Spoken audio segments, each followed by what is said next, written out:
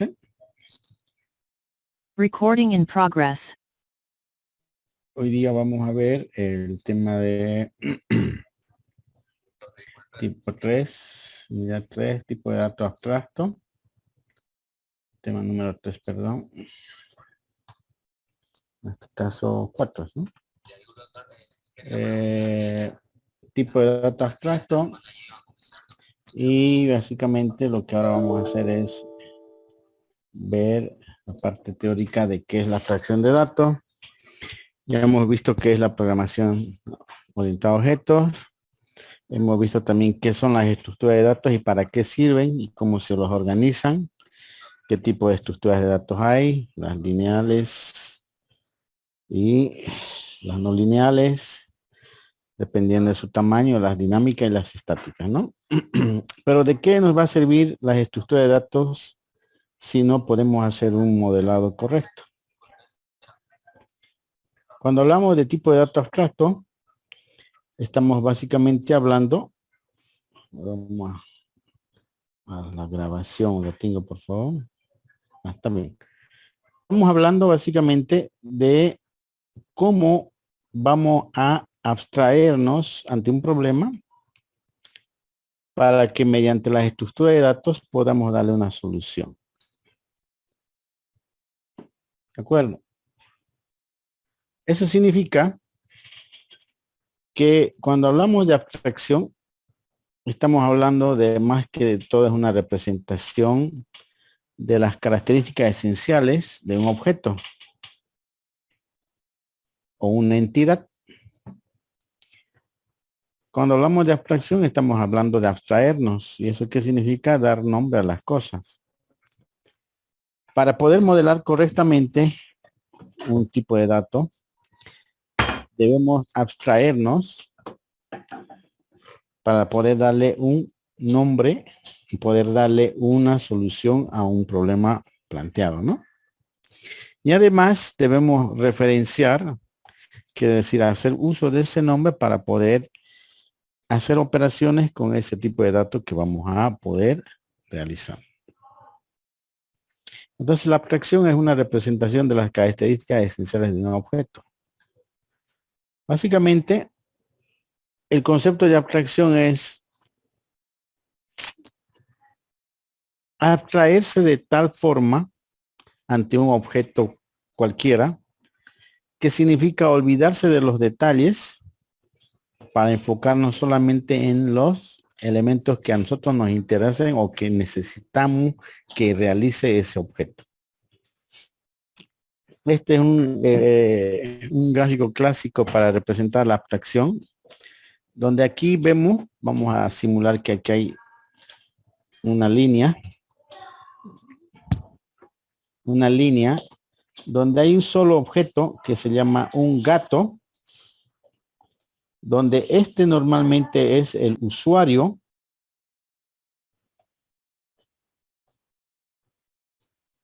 La primera diapositiva. Ahí está, ahora sí.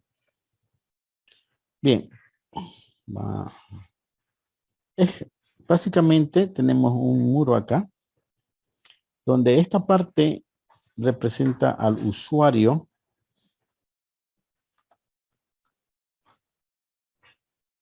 ¿Sí? Y esta parte es el implementador. Nosotros como programadores y desarrolladores, porque en realidad somos desarrolladores de software, ¿sí? Tenemos que hacer los dos trabajos para poder modelar este objeto. Debemos primero ser usuario de lo que queremos modelar y luego implementar. No al revés. Nos vamos a estar implementando para poder después usar. No puede ser. En esta parte de que nos convertimos en usuarios, lo que hacemos es modelar. ¿Y qué es modelar? Darle forma, modelo a nuestro objeto. ¿No es verdad? Hacer que funcione. Ver las cosas que queremos que haga. Entonces, básicamente, cuando hablamos de la parte del usuario, lo que vamos a ver a nuestro objeto es abstraernos de tal forma que nos vamos a olvidar de los detalles de cómo vamos a hacerlo, pero solamente nos vamos a enfocar en qué queremos que haga. Por ejemplo, imaginemos que nosotros somos usuarios y queremos modelar gato, al objeto gato. Entonces, al modelar el objeto gato, nosotros vamos a abstraernos de tal forma que nosotros vamos a ver qué queremos que haga el gato, que ronronee, que coma, ¿no? Que camine, que duerma, ¿no? Y las opciones o las operaciones básicas que queremos que haga. No nos importa cómo lo va a hacer, solamente necesitamos modelar. ¿Por qué es importante este modelado en el software? Porque al determinar todas las especificaciones de nuestro objeto, no vamos a obviar ningún detalle que queremos que haga. Es decir, básicamente vamos a modelar nuestro objeto de tal forma que cuando llegue el momento de implementarlo, ya esté totalmente establecido todo lo que tiene que hacer. Más o menos es como, yo tengo un proyecto, quiero modelar una casa, quiero construir una casa. ¿Qué es lo primero que voy a hacer? ¿Empezar a construir o primero voy a hacer los planos? El detalle, la maqueta. ¿Cuál hago primero?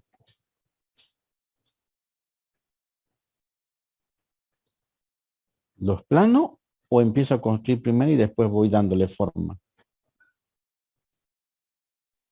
Los planos. Los planos, ¿no ve? ¿Por qué hago los planos primero?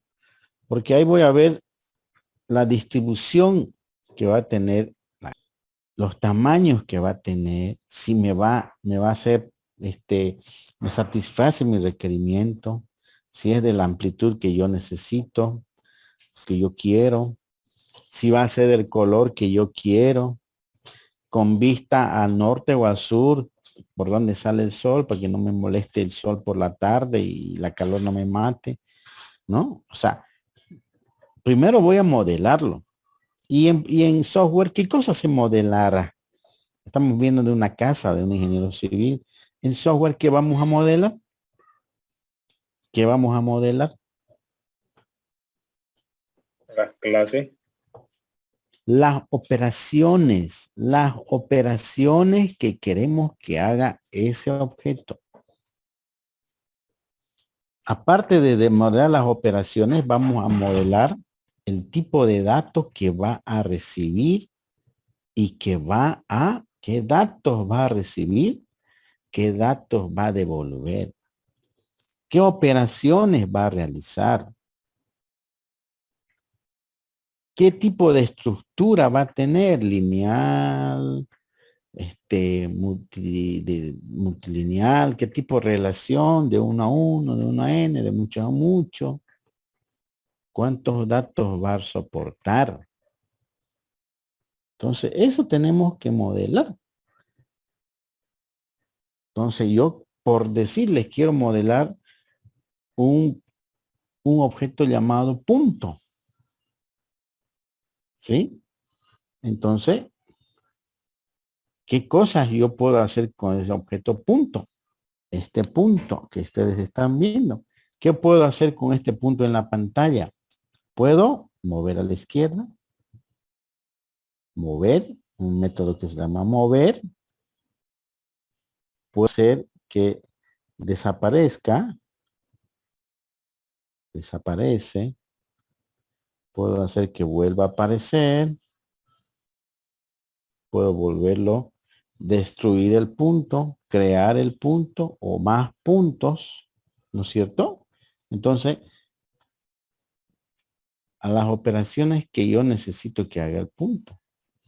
Cambiar de color, a ver, vamos a ver un punto acá, aquí hay un punto, ahí está el punto. ¿Qué puedo hacer con este punto? Puedo hacer que se mueva. Ajá. ¿Puedo cambiarle de color? Sí, puedo cambiar de color.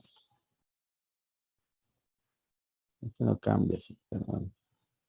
Puedo hacer que cambie de color.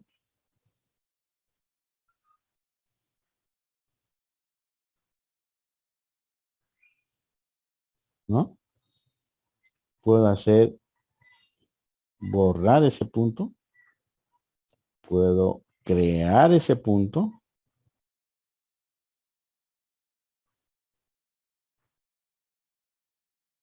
¿No?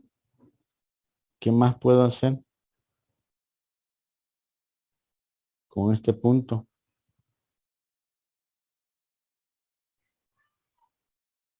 ¿Qué más?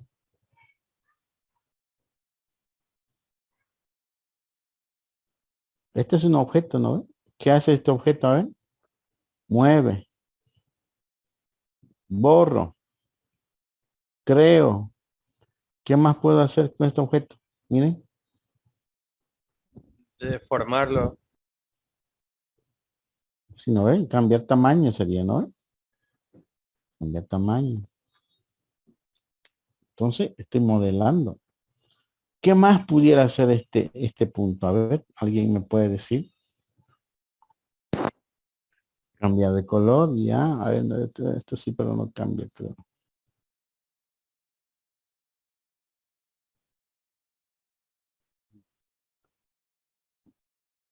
No cambia, ¿no?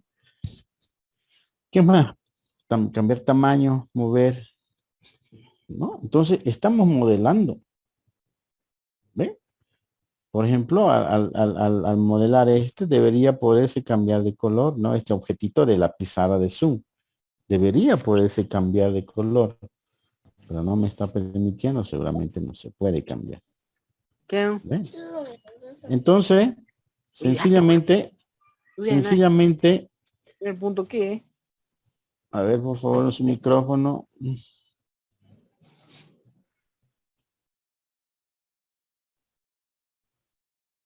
Entonces, vemos desde el punto de vista del usuario las necesidades, las operaciones que queremos que haga nuestro objeto. Una vez que tenemos los planos de nuestro objeto, qué va a hacer, cómo va a ser, qué datos va a recibir, ¿sí? ¿Qué datos va a salir? ¿Qué tipo de elementos? ¿Cuántos elementos va a tener nuestra estructura? Sencillamente vamos a pasarnos a nuestra parte de implementación. O vamos a cambiar de rol, nos vamos a convertir en implementadores. Ahí sí ya vamos a ver los detalles. Por ejemplo, la abuelita aquí le ve solamente que ronronea, come, no le importa cómo está hecho, ¿no ve? No le interesa cómo está hecho. A mí no me interesa. Yo quiero que este punto mueva, que cambie de tamaño. Listo, ya.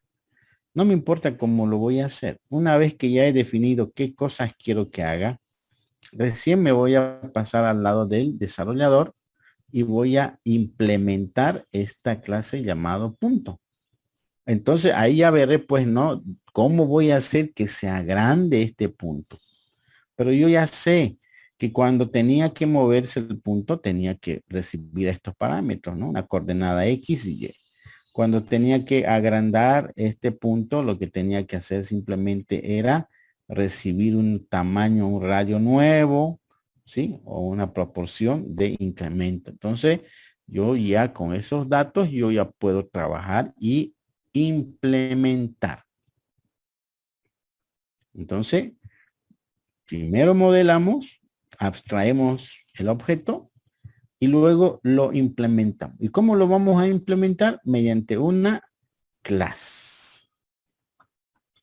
¿No? Mediante una clase. Las clases nos van a permitir implementar los tipos de datos abstractos. ¿Sí?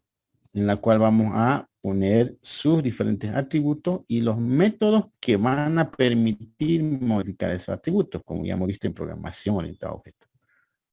¿De acuerdo? Entonces, ese es el término de abstracción. ¿Y por qué es tan importante la abstracción? Básicamente es importante porque es una habilidad más que una ciencia, es una habilidad. que nos permite modelar de forma correcta los diferentes objetos que van a intervenir en un programa. Y esto es muy aplicable en la ciencia de la computación porque eso es todo lo que hacemos, programas y programas. ¿De acuerdo? La capacidad de saber modelar de manera adecuada un determinado objeto que va a conformar un programa, o sea, varios objetos van a conformar un programa, dará lugar básicamente a que el programa funcione correctamente para evitar posibles errores y tengamos que hacer el mantenimiento, se podría decir, el menor mantenimiento posible o las menores correcciones posibles, porque todo software, ustedes saben que tiene un desarrollo, un proceso cíclico que es desarrollar y luego probar para hacer correcciones que así lo requieran, ¿no? Al hacer un modelado correcto, vamos prácticamente a evitar ese tipo de situaciones casi en su totalidad. Si bien siempre hay situaciones que a veces se escapan al desarrollo, pero son de menor envergadura, ¿no? No así que cuando no hay en proceso de adaptación un modelado correcto, al final todo el programa no sirve porque está totalmente, es inconsistente, muchas cosas. ¿Qué es la abstracción de datos? Básicamente es una técnica o metodología que nos permite diseñar estructuras de datos. ¿Y cómo lo vamos a hacer? Mediante una clase, que consiste básicamente en representar bajo ciertos lineamientos de formato las características esenciales de una estructura de datos. Es decir, un objeto, vamos a modelarlo, pero ese objeto, ¿dónde tiene que estar almacenado? En una estructura de datos, ¿no ve? Ya hemos dicho y hemos hablado que todo lo que nosotros hacemos en la computadora están almacenados en estructuras de datos. Y para ello necesitamos básicamente realizar el modelado respectivo. Este proceso básicamente se olvida de los detalles, abocándonos solamente en lo que nosotros más nos interesa. ¿Qué queremos que haga? Y hemos visto que es una estructura de datos, es una colección, ¿no? O un grupo de elementos, pero de gran tamaño, ¿no? Los cuales se van a ser manipulados por el programa que vamos a implementar.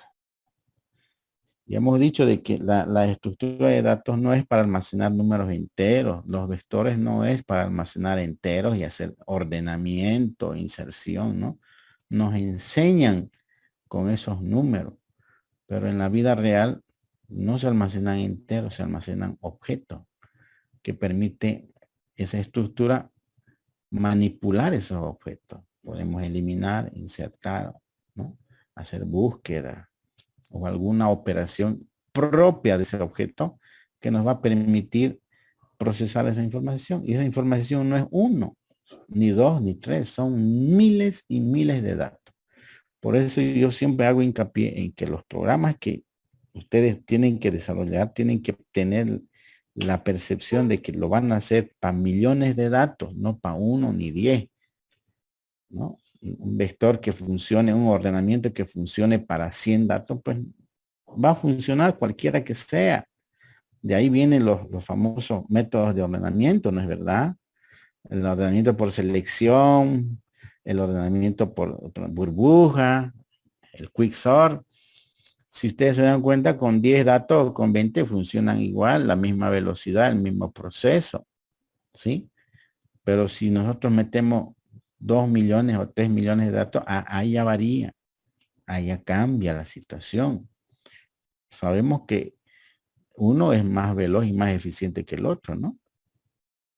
Y eso va a afectar en nuestro proceso, evidentemente que sí va a afectar.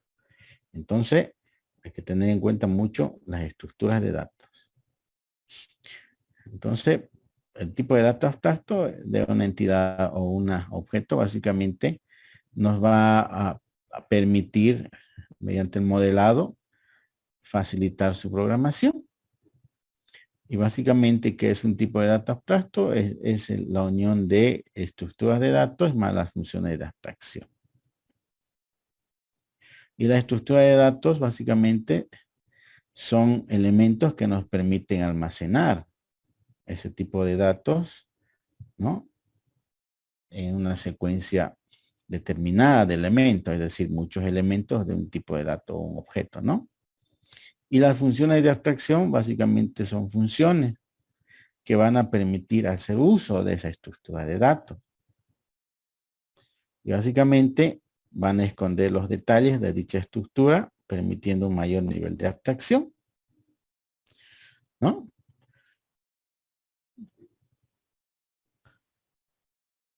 Para realizar una especificación lógica de un TDA, básicamente vamos a construir la estructura de datos y vamos a definir claramente las reglas que deben usarse en el tipo de dato abstracto. La especificación lógica de un tipo de dato abstracto consiste básicamente en varios puntos, ¿no? En este caso 4. Como primer elemento vamos a ver qué elementos van a conformar la estructura de datos. Es decir, qué o cuántos tipos, qué tipos de datos se van a guardar en esa estructura.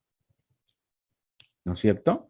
Pueden ser elementos de tipo entero, caracteres, fechas, registros o definidos por el usuario, ¿no? Un tipo estructurado definido por el usuario. A esto los vamos a llamar elementos primitivos o básicos. Y a esto ya son definidos por el usuario. Entonces, el primer elemento que debemos tener en cuenta para hacer la especificación lógica es qué datos van a conformar la estructura de datos. Es decir, qué se va a manipular, qué se va a guardar. Y luego se pasa al punto 2, que es qué tipo de organización va a tener, ¿no? Hay 4 tipos de organizaciones: la organización lineal, la de jerarquía, la de red y sin relación. En la lineal básicamente hay una relación de 1 a 1. Un dato, ¿sí? Que es adyacente a otro dato. Ejemplo, los vectores, ¿no? Son lineales, donde un elemento está relacionado solamente con el otro elemento. La representación de jerarquía o la organización de jerarquía, básicamente hay una relación de 1 a muchos. Un dato se relaciona con muchos elementos. ¿Sí? Básicamente eso podemos nombrar como estructuras donde un elemento puede estar relacionado sea con 2 o con 3 elementos. Hay matrices de 2, de 3, de n dimensiones, ¿no? Un elemento de la matriz puede estar relacionado con no solamente con el de la izquierda ni con el de abajo, está por el de atrás también. Hay una relación de 1 a mucho. ¿Sí? Y eso podemos implementarlo mediante una matriz, ya sea de 2 o de 3 dimensiones. Pero si la relación es de muchos a muchos, un elemento se le puede relacionar con muchos elementos y ese también a su vez con muchos elementos, entonces ya no es posible hacerlo mediante esa estructura, sino podemos hacerlo mediante los famosos árboles, ¿no? Donde un elemento se relaciona con muchos y a su vez ese elemento se relaciona con muchos. De una relación de muchos a muchos. Y los elementos sin relación, no hay relaciones en elementos, son los elementos primitivos que ya hemos visto, no se relacionan, ¿no? Como elemento número 3, vamos a ver el dominio. Dominio hablamos de cuántos, ¿no ven? ¿Qué capacidad de datos va a soportar mi estructura? ¿No? Ya hemos dicho que normalmente el dominio es importante porque el dominio tiene que ser abundante. No puede haber una estructura de datos que el dominio sea restringido. A mayor cantidad, el proceso debe ser mejor y la estructura debe ser más eficiente, ¿no? Por lo tanto, debemos tomar en cuenta el dominio. Cuando hacemos un programa no tenemos que pensar en que usamos hoy día o vamos a necesitar hoy día 10.000 datos o 100.000 datos, ¿no? Sabemos que a lo largo del tiempo esa información puede crecer. Por lo tanto, no tenemos que escatimar en cerrarnos a una determinada cantidad de datos. El dominio tenemos que analizarlo bien. Cuántos datos o qué tipo de, cuántos elementos puede soportar la estructura. Y por último, la descripción de las operaciones. Cuando hablamos de la descripción de las operaciones, básicamente estamos hablando de la interfaz. Cada operación debe contar con un nombre de operación. ¿Qué hace esa operación? Una descripción breve de la operación. ¿Qué datos de entrada va a recibir esa operación o ese método? ¿Qué datos va a generar como salida? Además, una precondición que básicamente deberá cumplirse antes de realizar o ejecutar la operación para que no existan problemas y no haya excepciones. Y además una postcondición que básicamente cómo queda la estructura cuando se ha ejecutado esa operación. ¿Qué nos va a permitir hacer esta especificación que es importantísimo al momento de hacer un tipo de dato abstracto? Y hemos dicho que nosotros es imposible que podamos hacer un programa grande solo, ¿no es verdad? Es bien difícil. Normalmente los programas se hacen entre muchas personas y se lo divide en módulos. Ya les he dicho, ¿no? Muchísimos módulos que al final se ensamblan y forman un conjunto, un sistema de información completo, ¿no? Un programa completo. Al dividir el programa en diferentes módulos, ¿sí? ¿Cómo hago yo, en primer lugar, cómo hago yo que la persona que se va a encargar de unir los diferentes módulos o las personas que se van a encargar de unir los diferentes módulos sepan qué método hace qué y cómo lo hace y qué datos recibe? Sería imposible sin la descripción, ¿no es verdad? Entonces, necesitamos tener esta descripción porque aparte de que necesitamos al momento de unir, al momento de programar necesitamos tener esta especificación porque puede ser que yo sea un diseñador, un modelador de software, pero no soy un programador. Es decir, sabemos que en la ingeniería de software hay los diseñadores o los modeladores y hay los programadores, ¿no es verdad? Entonces, si yo estoy haciendo un programa y he modelado un objeto, yo no lo voy a implementar. Nosotros lo vamos a hacer hoy día o este año el semestre en la carrera porque obviamente estamos estudiando, pero cuando ustedes salgan a la vida laboral, obviamente va a haber un diseñador, un modelador, así debería ser, que le va a dar todas las especificaciones para que ustedes implementen. Y estas especificaciones le van a usted indicar claramente qué es lo que tiene que hacer. Lo primero va a decir, debe haber un procedimiento, un método que tenga este nombre. Este método hace esta operación. Estos datos de entrada va a ser, estos datos de salida va a generar. Debe cumplir esta precondición y esta postcondición. Entonces, uno teniendo esta información es capaz de poder implementarlo.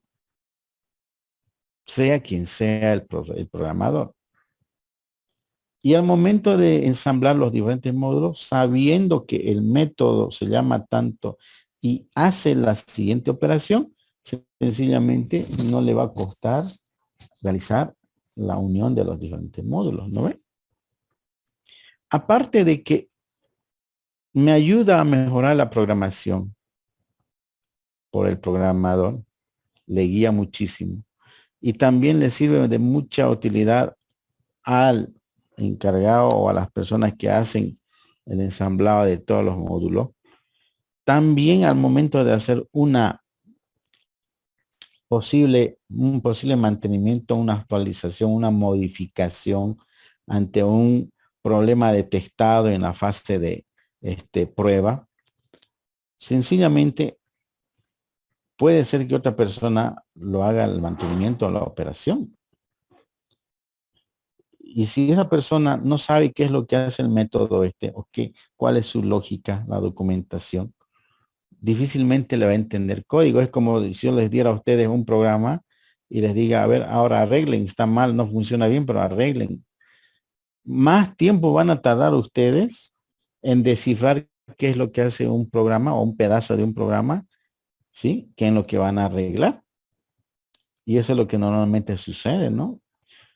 Por ejemplo, cuando están ustedes defendiendo el proyecto, y eso cada semestre sucede, son 5 personas, ¿sí?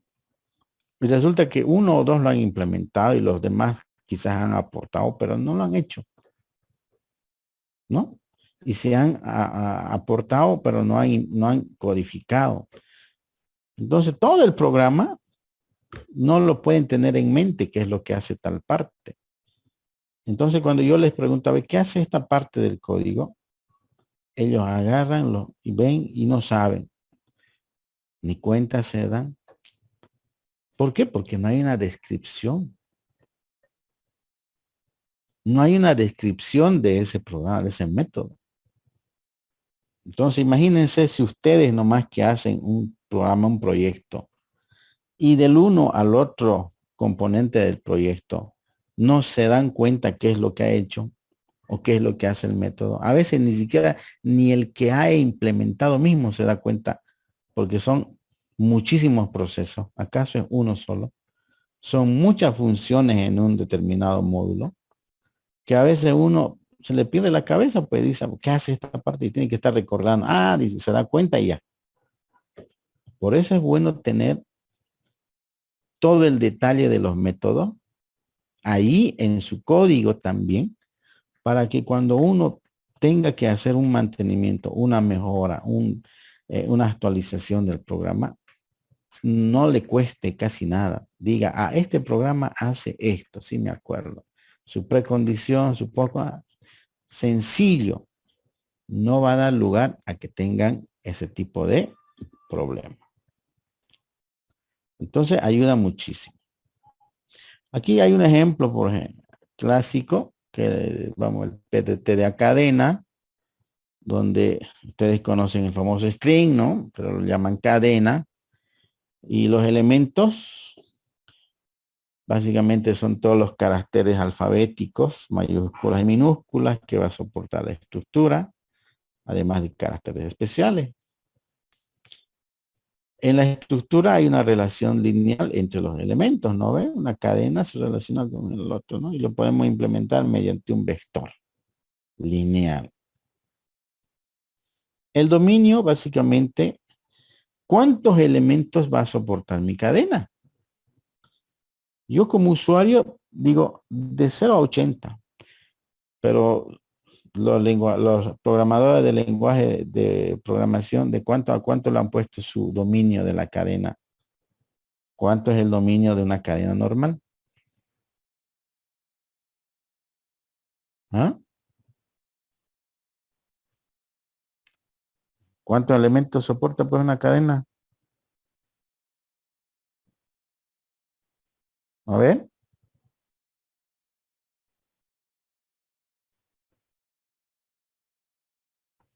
¿Se escucha, jóvenes?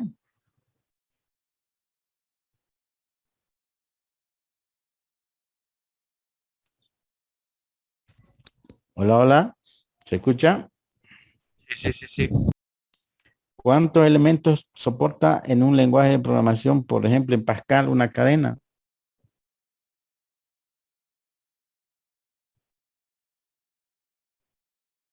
¿De cuánto es su longitud máxima?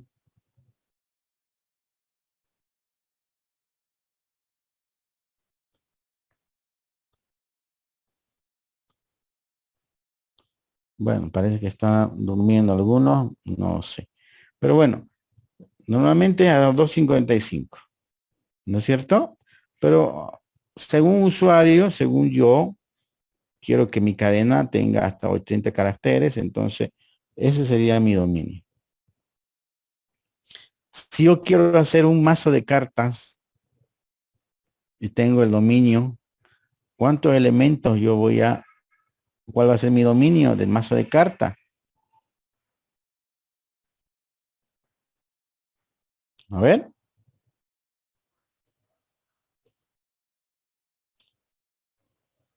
¿Cuántos elementos serían en el mazo de cartas si yo quiero modelar un mazo de cartas?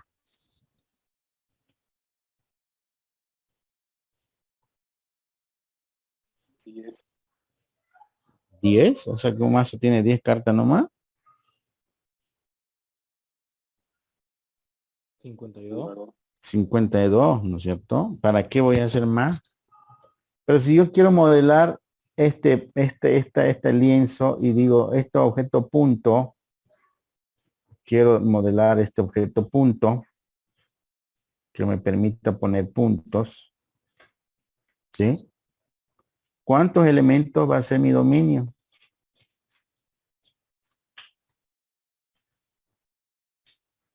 ¿Cuántos?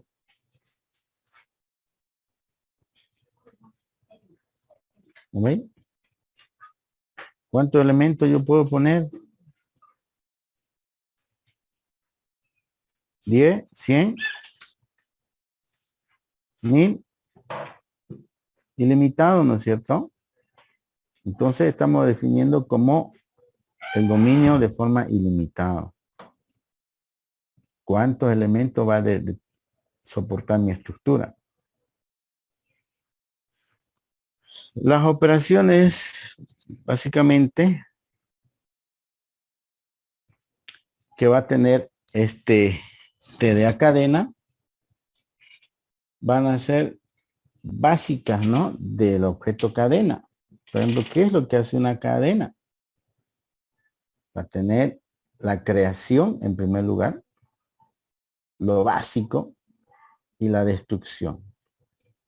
Todo objeto siempre debe tener un constructor, ¿no? Y un destructor. Dependiendo del lenguaje de programación, pero indistintamente de ello debemos tomar en cuenta el constructor y el destructor. Además, también debemos tomar en cuenta sus operaciones propias de ese tipo de data abstracto.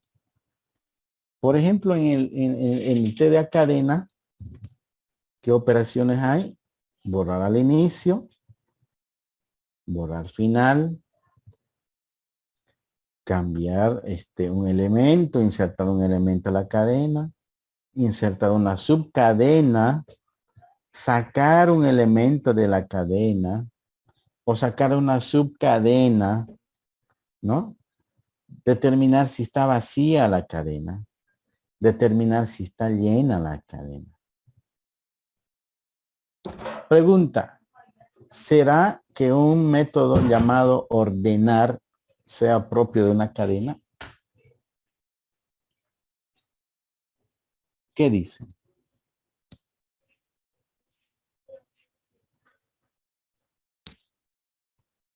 ¿Ah?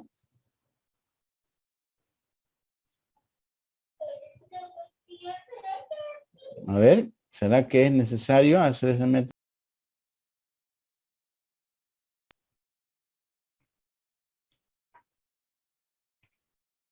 ¿Qué opinan, jóvenes? No. No, no es cierto, porque no me sirve de nada, no es propio del objeto cadena, ordenar, ¿no? Pero verificar si es palíndromo.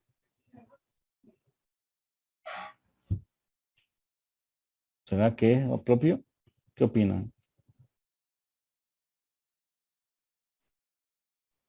¿No? En cadena.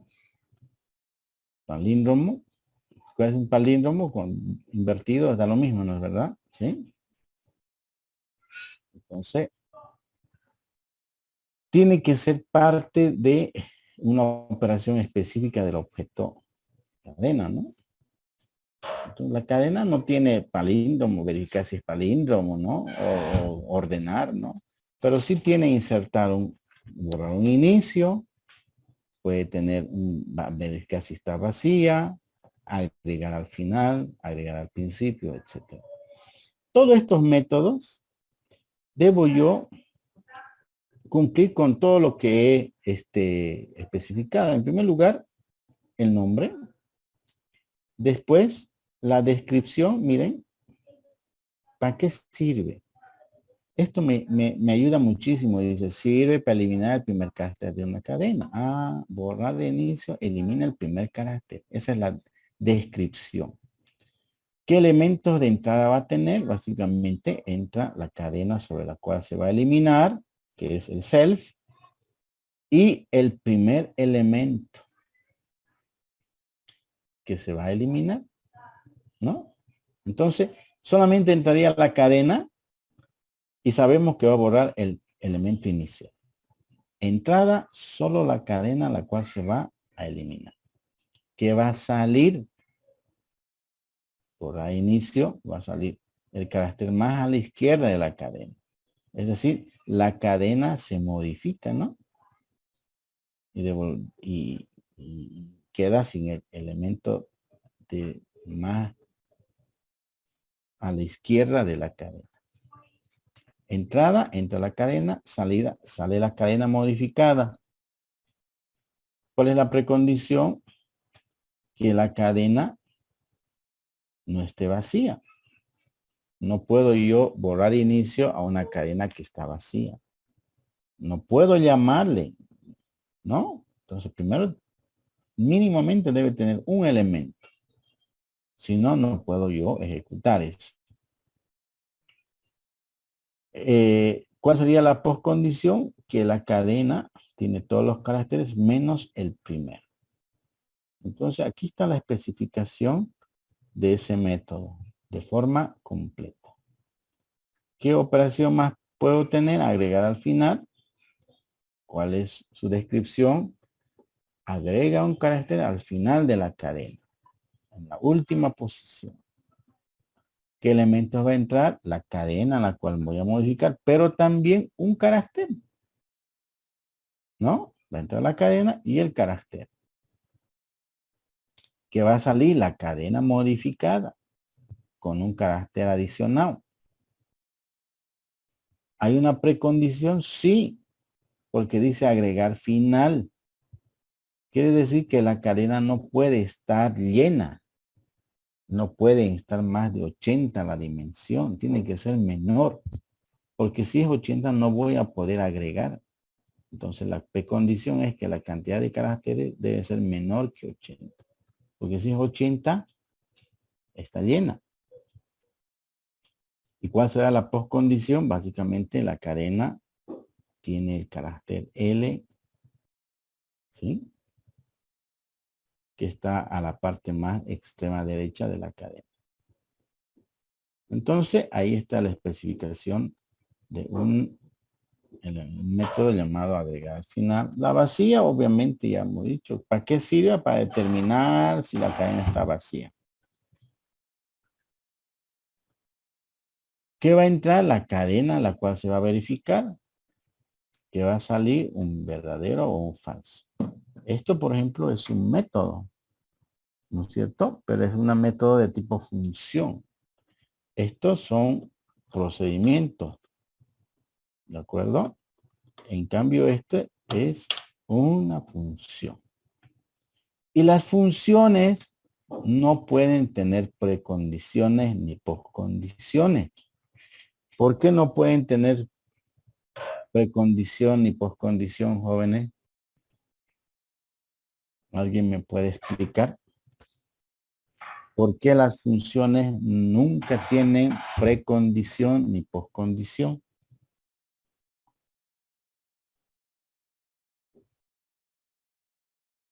A ver. Porque solo devuelve verdadero y falso. No, no, no. No, ese no es el objetivo. Hay funciones que no siempre devuelven verdadero o falso.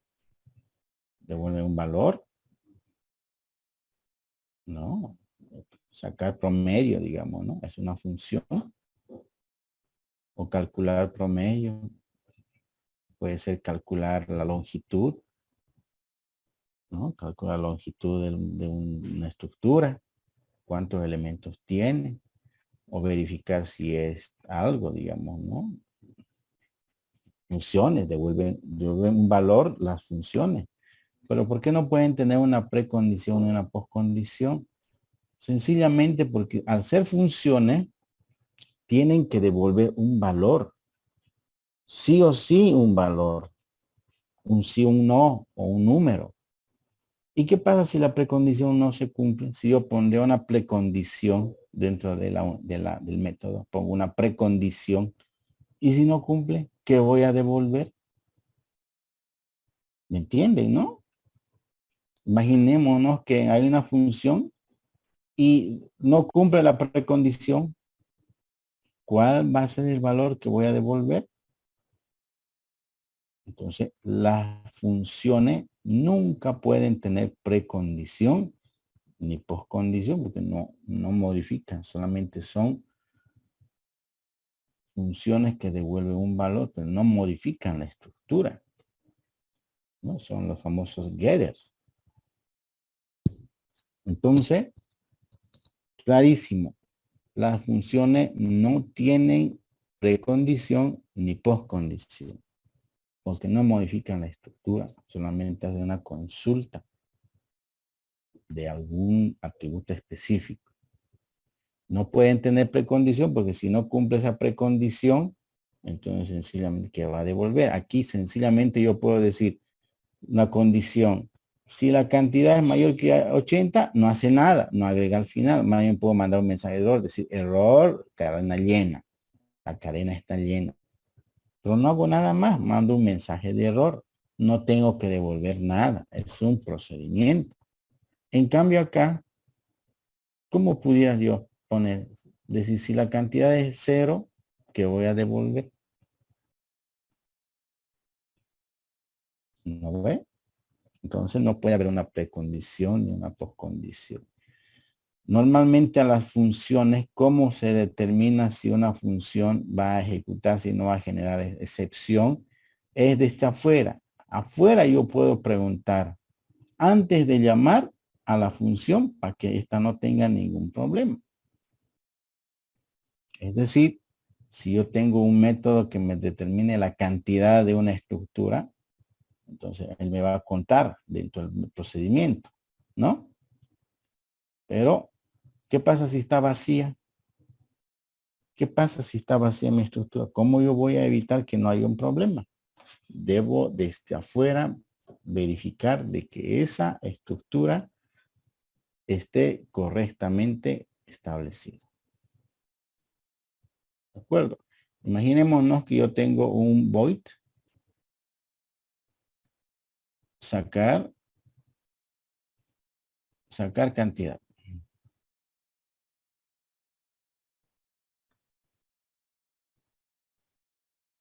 Y yo aquí calculo la cantidad. No puedo poner, pues, este tiene que devolver un valor. No puedo poner esta operación si está vacía, digamos. Entonces, ¿qué voy a devolver? Tiene que sacar un valor sí o sí, ¿no? Entonces, lo que normalmente aquí voy a asumir que tiene elementos en la estructura y voy a calcular for in i que va a ir desde 1, bla, bla, bla. Voy a calcular y voy a decir return x. Pero ¿qué pasa si esa estructura está vacía y esto no va a ejecutar? Va a haber un error. Antes de llamar al método tengo que hacer, pues, ¿no ven? Preguntar. Si no está vacía, entonces recién voy a llamar sacar cantidad.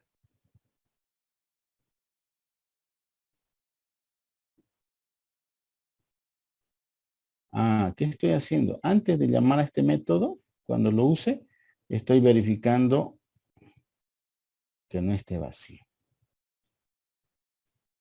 Esa es la forma como debemos evitar esas cosas.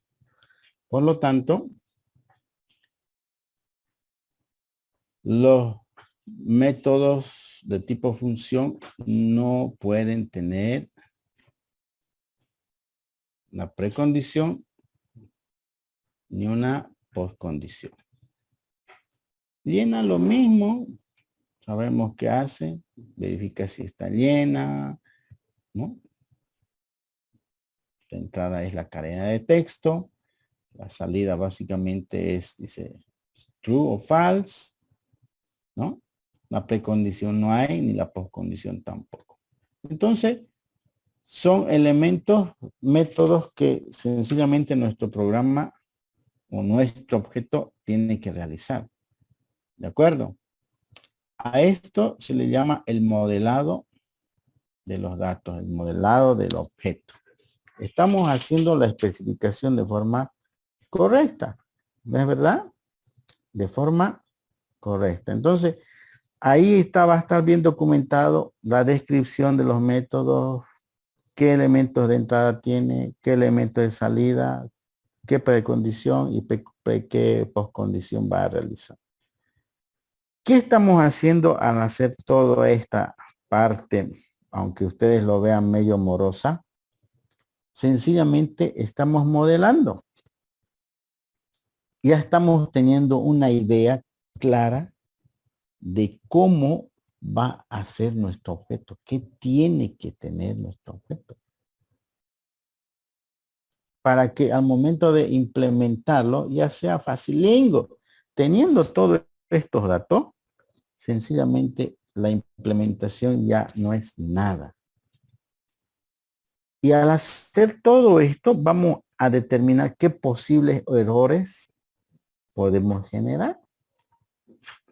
Si yo al ver la precondición voy a decir, no puede estar vacía, entonces me estoy dando cuenta. Y cuando yo necesite programarlo, simplemente ya tengo todo armado. ¿Qué tipo de datos van a entrar? De repente me falta uno más. Y cuando yo esté implementando, aquí faltaba un dato, he modelado mal. Pero cuando uno modela bien, cuando implementa, pues ya no va a faltar datos acá. Por eso es importante el modelado, porque cuando estamos modelando, vamos a determinar qué datos van a entrar para que este procedimiento pueda funcionar bien. ¿No? Tenemos que tomar en cuenta todo eso. Entonces, a eso se llama el modelado. Hay varios niveles de abstracción y básicamente podemos definir como el nivel lógico o abstracto, el que nosotros vamos a hacer como primera parte, donde se definen las estructuras de datos y las operaciones relacionadas con ellas, lo que hemos visto hasta ahorita. Básicamente este modelado es independiente del lenguaje de programación, porque si sabemos modelar, lo hacemos de una manera lógica, ¿no ve? No estamos haciendo ningún programa, con esto no estamos escribiendo ninguna línea de código, absolutamente nada. Solamente estamos modelando y no está interviniendo ningún lenguaje de programación. Entonces este se llama el nivel lógico abstracto. Pero ya cuando hacemos el nivel físico, ya necesitamos plasmarlo en un lenguaje de programación. Y ahí ya vamos a implementar. Esto lo vamos a hacer mediante una clase, ¿de acuerdo? En un lenguaje de programación, ¿sí? Y lo vamos a tratar como un módulo. ¿Sí? Esta parte es la que vamos a hacer una vez hagamos el modelado de datos, la parte lógica, después vamos a hacer la implementación. Y luego vamos a hacer el modelado de la aplicación, el nivel de aplicación. ¿Qué logramos con esto? Lo que hacemos con esto es básicamente hacerlo funcionar lo que hemos implementado, metiéndole datos de todo tipo para poder determinar si cumple o no con las operaciones que nosotros queremos que haga. Y si hay algún error, tenemos que hacer un mantenimiento respectivo. ¿No? Normalmente en la parte de aplicación pueden surgir detalles que tal vez no se han tomado en cuenta por el modelado lógico, no ha estado completo, pero son mínimos, deben ser mínimos.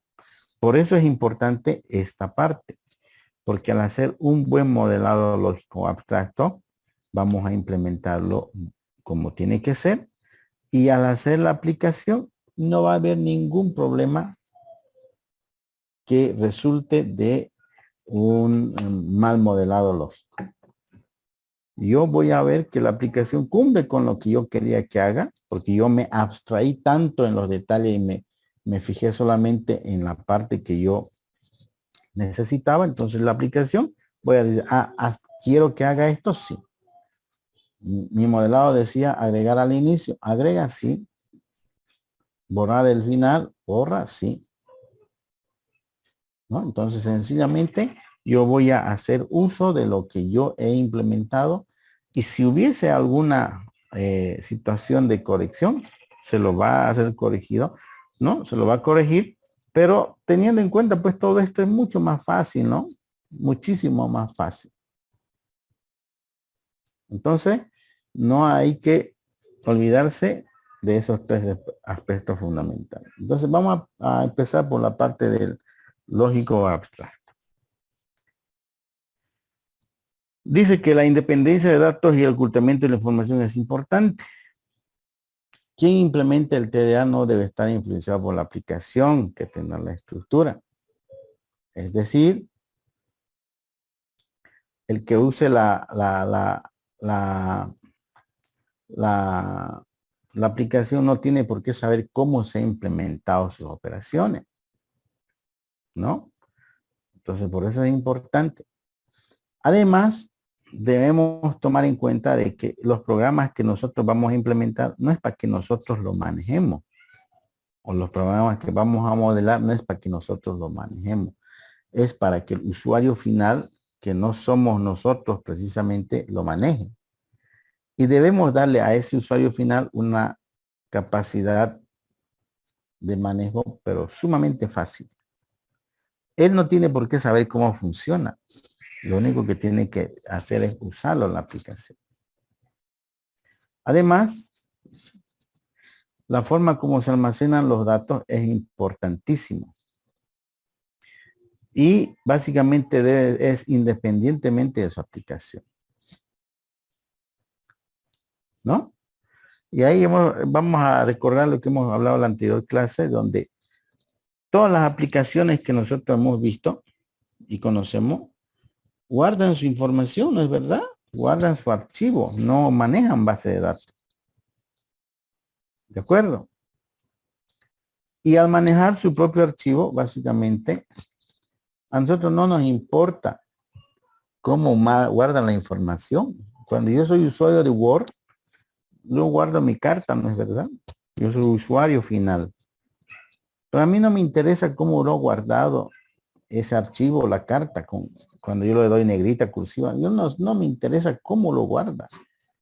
Lo único que sé es que guarda un archivo. Y yo puedo recuperar ese archivo. Por lo tanto, el usuario final no tiene por qué saber cómo se está guardando la información. Eso debe permanecer oculto. ¿De acuerdo? Entonces, cuando nosotros estamos modelando un tipo de dato abstracto, también, digamos, ¿no?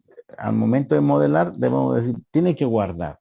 Estamos abstrayéndonos. Ahora, cuando hagamos la implementación, ahí vamos a decir, tiene que guardarlo de esta forma. Tenemos que serializar.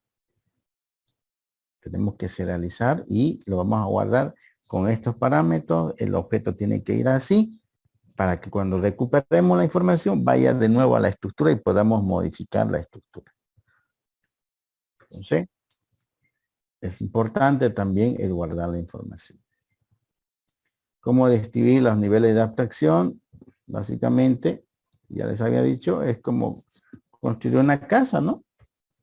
La maqueta, el plano es la parte lógica. No hay ni un solo ladrillo puesto, pero ya está la idea ahí. ¿Qué dimensiones va a tener la casa? qué altura va a tener el techo, qué pendiente va a tener el techo, qué modelo de casa le voy a hacer el decorado, exterior, interior, qué color va a ser la casa, qué tamaño van a ser las ventanas, orientada a dónde va a estar. ¿No? Una vez que tengo esos planos, esos detalles, recién agarro y lo procedo a construir. ¿Y quiénes lo construyen? Los albañiles, el director de obra. Pero ¿cómo lo va a construir? ¿Será que un albañil sin los planos va a poder construir? No va a poder, ¿no ven? No va a poder construir, necesita los planos. Lo mismo, los programadores necesitan los planos de el objeto o el módulo que se va a construir. Y esos planos son el modelado, pues, ¿no?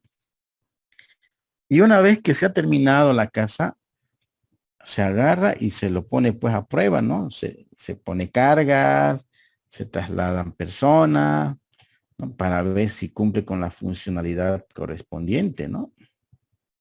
Y si hay alguna reparación o alguna modificación, se modifica, pero son mínimas, ¿no ve?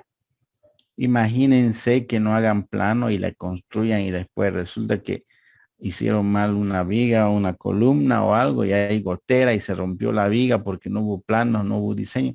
Ya no se puede ni arreglar eso. Y eso es lo que mucha gente comete los errores, ¿no? Ustedes van a ver que normalmente las personas no hacen un plan. Yo, ¿cuántos alumnos tengo? Y me preguntan, ¿no? Y conocidos que se compran su lotecito y lo primero que hacen es hacerse un cuarto.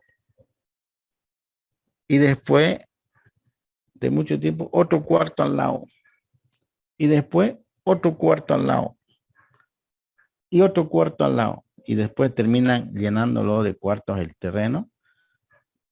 Pero en realidad, no hubo nunca un diseño, un plan. Y después improvisan, ¿no? Quieren hacer una sala, no le alcanza y ya empiezan a hacer una cosa. El baño a un lado, a otro lado, un desastre. Sencillamente eso es una falta de plan. No es el tema de dinero. Uno pudiera agarrar, comprarse un lote y hacer un plan uno mismo, diseñarse una casa, ¿no? Por último, copiarse de internet. Muy bien, se puede copiar, tener la idea, pero no tiene plata para hacer toda la casa.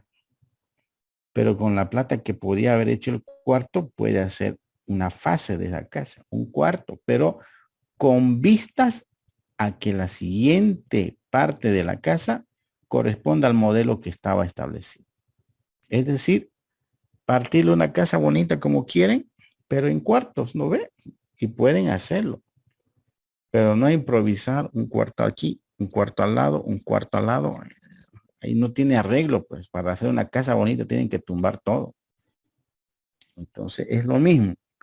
Si hacemos en software un programa improvisado, vamos a utilizar estructuras aquí, variables aquí, allá.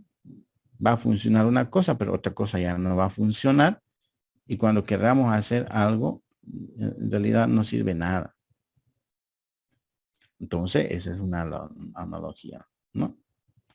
¿Qué ventajas tiene utilizar la abstracción de datos? Básicamente, nos permite a diseñar modularmente, como ya hemos hablado, partir un programa en pedazos para que básicamente podamos tener una idea más clara de lo que se quiere hacer y además documentar. Algo fundamental de los programas es la documentación. Por eso Java tiene el JavaDoc que nos permite documentar nuestros programas. JavaDoc es todo lo que nosotros hacemos, ahí está especificado. Y si nosotros cumplimos con esta especificación de poner la descripción, precondición, postcondición, le apretamos un botón de JavaDoc y él nos crea exactamente la misma documentación que tiene Java de sus propios métodos.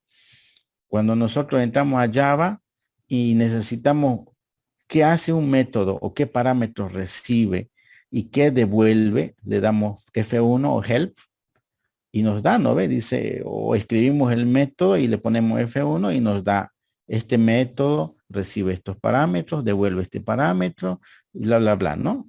Ese es doc. Esa es la documentación de los métodos de Java. Nosotros podemos generar exactamente la misma documentación, la misma ayuda mediante JavaDoc, pero cumpliendo con todas las especificaciones que hemos dicho. Automáticamente lo genera. Entonces, es importante. Imagínense que no tuviéramos la ayuda de los lenguajes de programación y no supiéramos qué hace un determinado método. No hubiese una descripción qué hace, qué devuelve, qué datos entra. ¿Será que pudiésemos usar ese método? Imposible, ¿no ve? No pudiéramos usarlo. Por lo tanto, es importante tener ese tipo de apoyo como la documentación. ¿Para qué? Para que el software sea reutilizable y pueda ser más fácil en su mantenimiento y su depuración. ¿Alguna duda hasta ahí, jóvenes?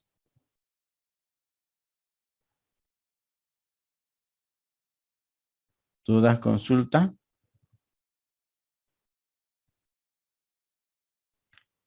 Hola, hola. ¿Dudas, consultas?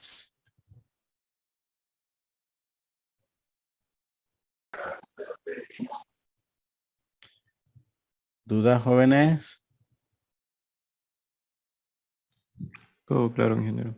Todo claro, ingeniero. Bien. A ver, aquí vamos a ver ahora un ejemplo de tipo de dato abstracto complejo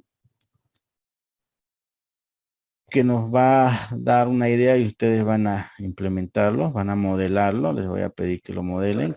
Vamos a mostrar un poquito la implementación. Y básicamente va a mostrar también un poquito de la implementación del tipo de datos.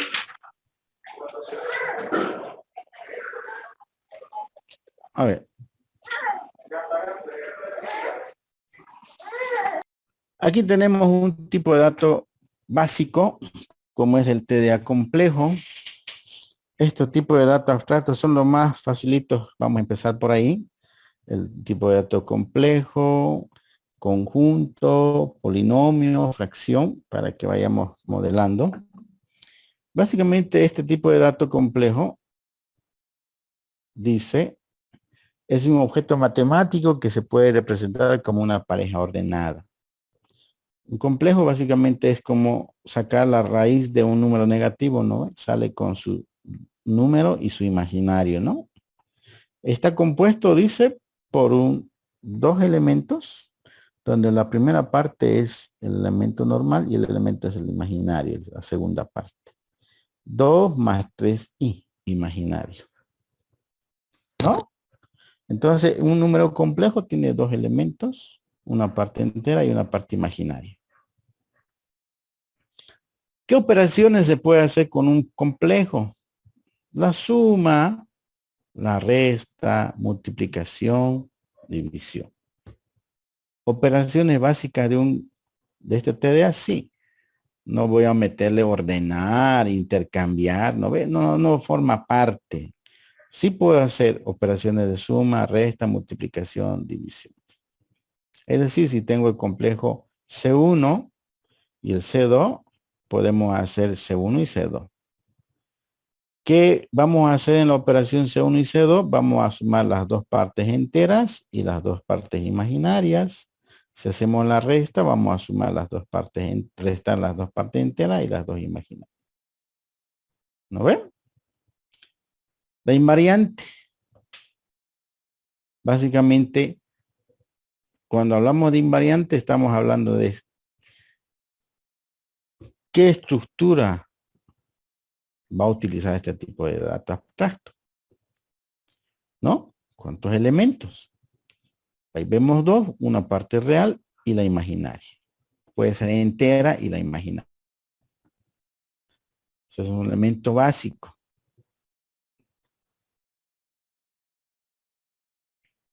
¿Cuál es el conjunto de valores válidos? Todos, ¿no es cierto? Estamos definiendo cuántos elementos va a soportar. O sea, no estamos definiendo el dominio, ojo, ¿no? El tipo de dato que está soportando, ¿no? En el otro, en la cadena, ¿qué tipo de datos soportaba? Hemos dicho caracteres, alfanuméricos, caracteres especiales. Aquí, ¿cuáles son los elementos válidos? Son números de tipo reales, ¿no? Y la segunda es un número imaginario. El primero es un real y el segundo imaginario. El primero pertenece a los reales y el otro a los imaginarios, ¿no es verdad? Entonces, esos son los tipos de datos que está soportando este tipo de datos abstracto. Está compuesto por esos dos.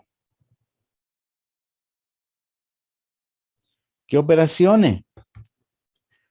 Dominio no va a tener porque solamente es un elemento que se llama complejo. No va a haber un montón de elementos, ¿no? Si quisiéramos hacer una estructura, por decirle, de colección de n elementos de tipo imaginario, ahí ya definiríamos dominio, ¿no? Pero en este caso, como es un único elemento, el dominio es uno, pues, no hay más, ¿no? Ahora vamos a ver las operaciones. ¿Qué operaciones tiene? Sumar, restar. ¿Qué operaciones más? Obtener un real, obtener el imaginario, el constructor, obviamente, ¿sí? Son las operaciones básicas. Podemos hacer multiplicar, dividir. ¿De acuerdo? Entonces, ahí está. La suma va a ser de dos complejos. La resta va a ser de dos complejos. El obtener real, voy a obtener de un complejo y me va a devolver una parte real. El obtener imaginario de un complejo me va a devolver la parte imaginaria. Entonces, estos son los métodos básicamente que va a realizar mi TDA complejo. ¿No es verdad? Sigamos. El TDA complejo básicamente se llama complejo. El nombre se llama complejo. La descripción representa un concepto matemático donde hay una parte real y una parte imaginaria. Estamos describiendo. La invariante, ya se hemos dicho qué tipo de datos, una parte real y una parte imaginaria. Son dos valores. Los reales pertenecen a los números reales. Cualquier número puede entrar, no hay restricción. Reales, no va a entrar caracteres, no va a entrar letras, solamente reales. Y en el imaginario también lo podemos representar con un número real, ¿no? Pero representa un número imaginario. ¿Qué operaciones va a tener? Básicamente va a tener el constructor, ¿sí? Aquí está su descripción. Construye un número complejo en base a un real y un imaginario. ¿Sí? La descripción operacional, básicamente, ¿qué operación va a realizar? Va a construir el complejo, la precondición, que pertenezca a los reales, la parte real, y el imaginario que pertenezca al imaginario, que es un real también. La postcondición, sale un complejo construido. ¿No? Entonces, esa es la parte del constructor. Miren, lo ha definido explícitamente. El método sumar, tenemos una descripción que suma dos complejos, un complejo A, un complejo B.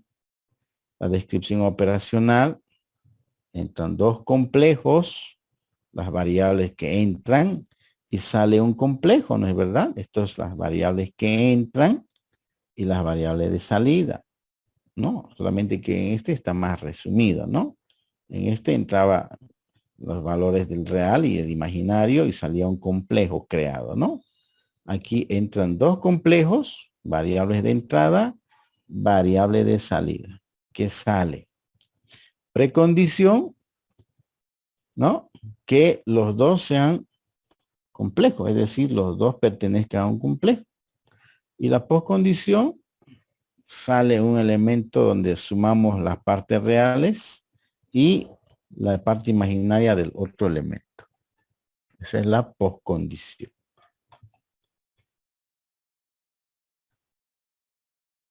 Obtener real, método, descripción, retorna la parte real del complejo.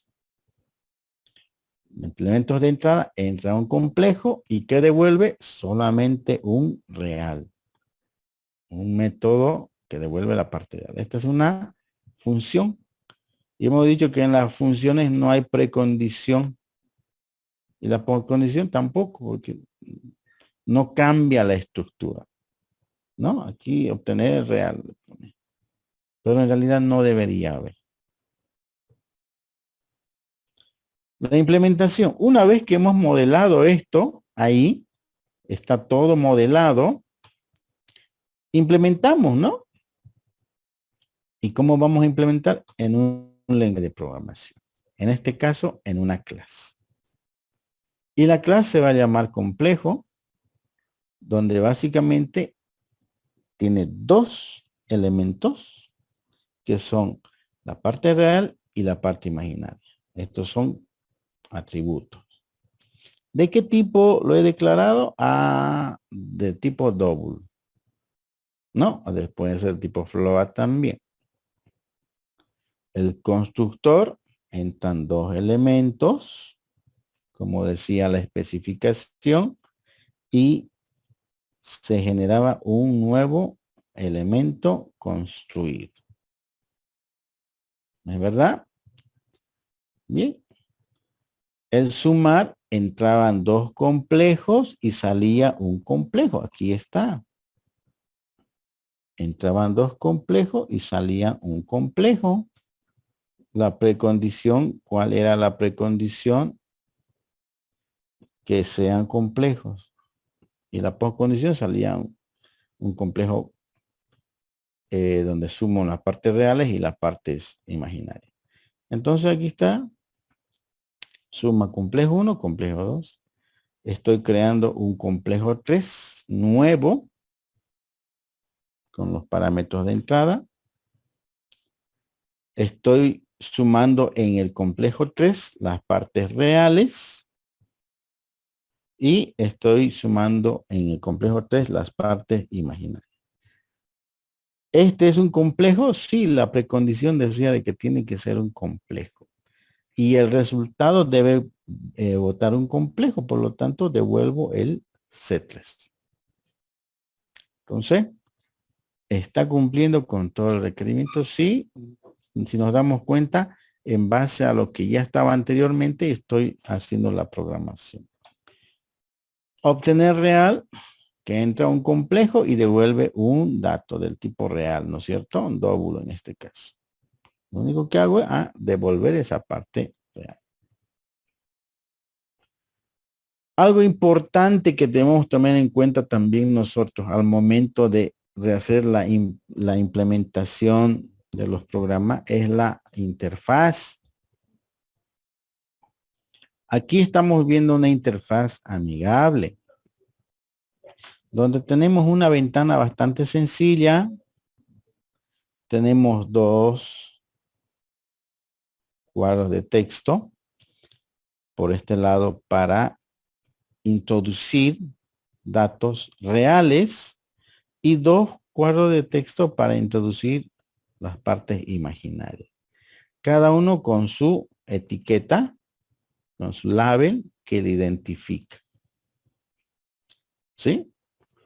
Además, tenemos aquí dos botones donde podemos evidenciar de que este crear es para estos dos o para este complejo que es real imaginario, el complejo 1, y este crear es para este otro botón.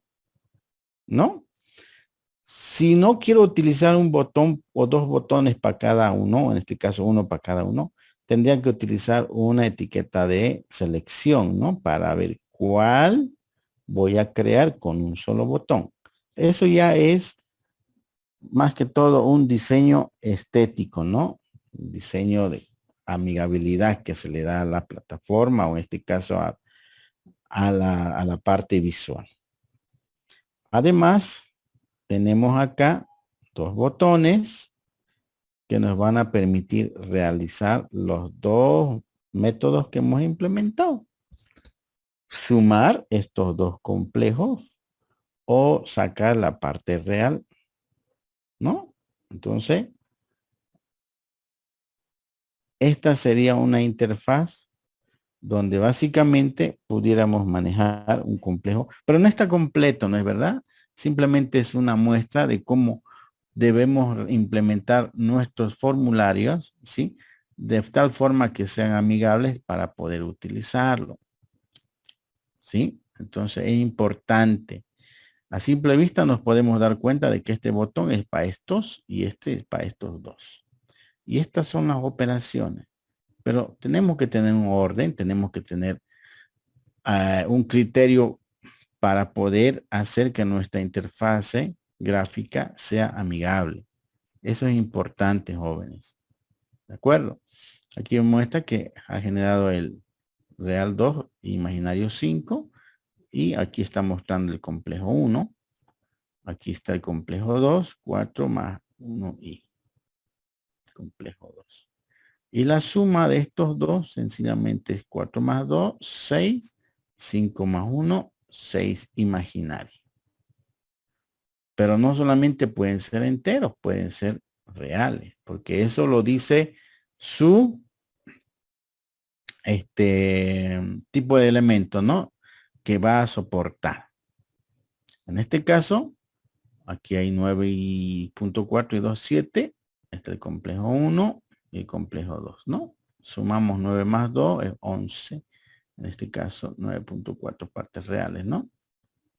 Aquí está sacando la parte real, ¿no? Nos damos cuenta de que aquí está haciendo la suma y aquí está haciendo la parte real. Solamente está sacando las partes reales. Está ejecutando esos dos botones. Entonces, como ven, el modelado de datos jóvenes es bastante sencillo. Por favor, quisiera que vayan viendo el tema de TDA racional, básicamente donde un TDA racional representa un concepto matemático también, donde un numerador y tiene un denominador llamado fracción. Yo le llamo fracción que vamos a implementar. Ambos deben ser de tipo entero y deben tener un signo, puede ser positivo o negativo. Entonces, para la siguiente clase vamos a empezar a implementar el TDA racional o fracción, ¿sí? Que cumpla con esta especificación, que tiene un numerador y un denominador, ambos de tipo entero. ¿De acuerdo? Entonces, en la siguiente clase empezamos ya a modelar este TDA racional, cumpliendo con todas las especificaciones que hemos visto del modelado de tipo de dato abstracto, y empezamos con este TDA racional para luego pasar el TDA conjunto, TDA polinomio, y así avanzando en el modelado. Solamente vamos a hacer el modelado así de forma explícita unas 2 o 3 tipos de datos, ¿no? Porque todos nos podemos hacer, pero tenemos que aprender a modelar de forma correcta para que ya en los posteriores tipos de datos abstractos que veamos ya se asuma que debemos hacer eso, ¿no? Y ustedes ya tengan que implementar de forma correcta su tipo de datos abstractos con las descripciones que estamos viendo ahora. ¿Alguna duda, consulta?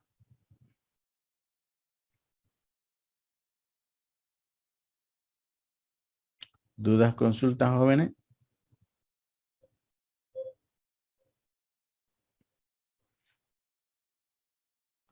¿Alguna duda, alguna consulta? Bien, entonces vamos a continuar la siguiente clase y ahí ya implementamos esto. Bien, si no hay más consultas, dudas, nos vemos el día jueves, jóvenes. Ingeniero, yo tengo una pregunta. Digamos, No me pude presentar en la última clase anterior a esta. Quería ujú. saber si ya hicieron los grupos o todavía no se ha visto eso. No, todavía porque estaban adicionando, todavía creo que hasta el día viernes, creo. He escuchado que estaban haciendo internamente algo por ahí. Entonces yo creo que el día martes de la siguiente semana ya vamos a formar los grupos de trabajo. ¿Sí? Ok, ingeniero. Muy bien. Bueno, jóvenes, que tengan una excelente noche. Cuídense. Nos vemos el día jueves. Ok, hasta luego, ingeniero. Hasta luego, ingeniero.